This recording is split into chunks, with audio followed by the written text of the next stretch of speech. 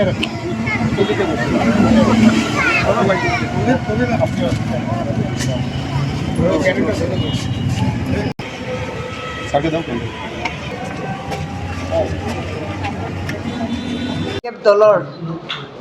নেতৃবৃন্দই আৰু আমাৰ গ্ৰাউণ্ড লেভেলত থকা সকলো কৰ্মীসকলে উৰিষ্যাৰ বালাসৰত দুই তাৰিখৰ দিনা জুন মাহৰ 2 তাৰিখৰ দিনাখন যিটো ট্ৰেইনৰ এক্সিডেণ্ট হ'ল, সেই এক্সিডেণ্টত মৃত্যুবৰণ কৰা যিটো সংখ্যা, সেইটো দেখি পেলাই আমি তপত মানিছোঁ আৰু আমি দুখী হৈছোঁ।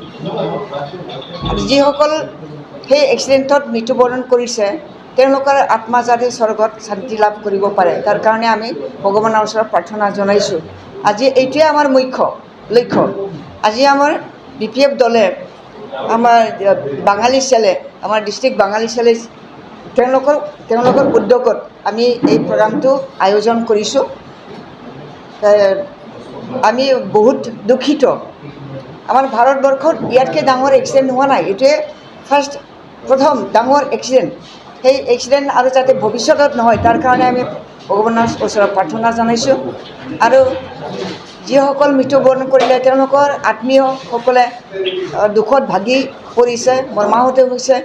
তেওঁলোকৰ দুখত আমি মৰ্মাহত হৈছোঁ আৰু তেওঁলোকলৈ আমি সমবেদনা আগবঢ়াইছোঁ। যে আমাৰ চৰকাৰকো আমি আহ্বান জনাইছোঁ যে এনেকুৱা ধৰণৰ এক্সিডেণ্ট যাতে ভৱিষ্যতে নহয়। কেন্দ্ৰীয় চৰকাৰৰ ওচৰত আমি প্ৰাৰ্থনা জনাইছোঁ, আমি আহ্বান জনাইছোঁ যাতে সেই ৰেল বিভাগটো যাতে ভালকৈ নিয়ন্ত্ৰণ কৰিব পৰা ব্যক্তিৰ হাতত যাতে থাকে, তাৰ কাৰণে আমি কেন্দ্ৰীয় চৰকাৰৰ ওচৰত আমি আবেদন জনাইছোঁ। আঘাতপ্ৰাপ্ত হৈ পেলাই হস্পিটেলত আছে, তেওঁলোক যাতে সোনকালে আৰোগ্য লাভ কৰে আৰু যাতে মৃত্যুৰ সংখ্যা যাতে নাবাঢ়ে, তাৰ কাৰণে ঈশ্বৰৰ ওচৰত আমি প্ৰাৰ্থনা জনাইছোঁ। তেওঁলোক সোনকালে আৰোগ্য লাভ কৰক আৰু নিজৰ পৰিয়ালৰ লগত যাতে ভালকৈ যাতে তেওঁলোকে মিলিত হৈ যাই থাকিব পাৰে, তাৰ কাৰণে ভগৱানে আশীৰ্বাদ কৰক বুলি মই প্ৰাৰ্থনা জনাইছোঁ।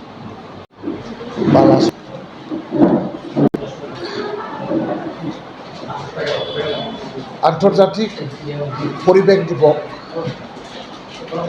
এই শুভ দিনত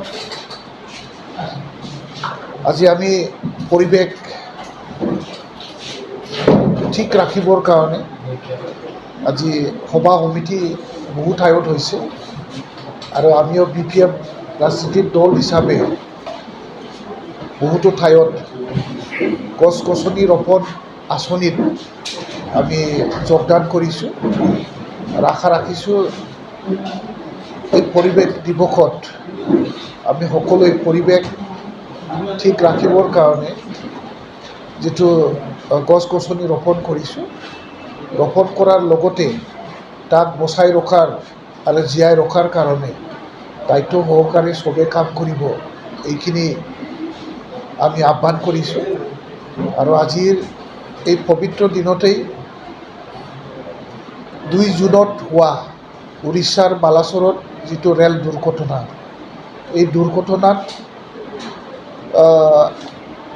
আমি এনেই বেচৰকাৰী তথ্যৰ পৰা আমি জনামতে 350ৰ ওপৰতো মৃত্যু সাৱটি লগা হৈছে আৰু 1,500লৈকে অধিক পেছেঞ্জাৰসকলে আজি হস্পিটেলত মৃত্যুৰ লগত যুঁজিব লগা এই অৱস্থাত আমি আজি BPF ৰাজনীতিক দলৰ ফালৰ পৰা আমাৰ কাৰ্যালয়ত এটা শোক সভা শ্ৰদ্ধাঞ্জলি অৰ্পণ কৰাৰ এটা প্ৰগ্ৰাম আমি লৈছোঁ আৰু সেই প্ৰগ্ৰামত আমি BPF ফালৰ পৰা যিসকল ব্যক্তি অকালতে মৃত্যু হ'ব লগা হ'ল তেখেতসকলৰ আত্মা সদ্গতিৰ কাৰণে 1 মিনিট কণ্ডোলেন্সৰ লগতে পুষ্পাঞ্জলি অৰ্পণ কৰা হ'ল। আৰু যি ব্যক্তিসকলে হস্পিটেলত চিকিৎসাধীন হৈ আছে তেখেতসকলৰ আৰোগ্য আৰু দ্ৰুত আৰোগ্যৰ কাৰণে ভগৱানৰ ওচৰত আমি প্ৰাৰ্থনা জনাইছোঁ। ঘটনা যাতে নহয় তাৰ কাৰণে আমি ঈশ্বৰৰ ওচৰত আমি প্ৰাৰ্থনা জনাইছোঁ।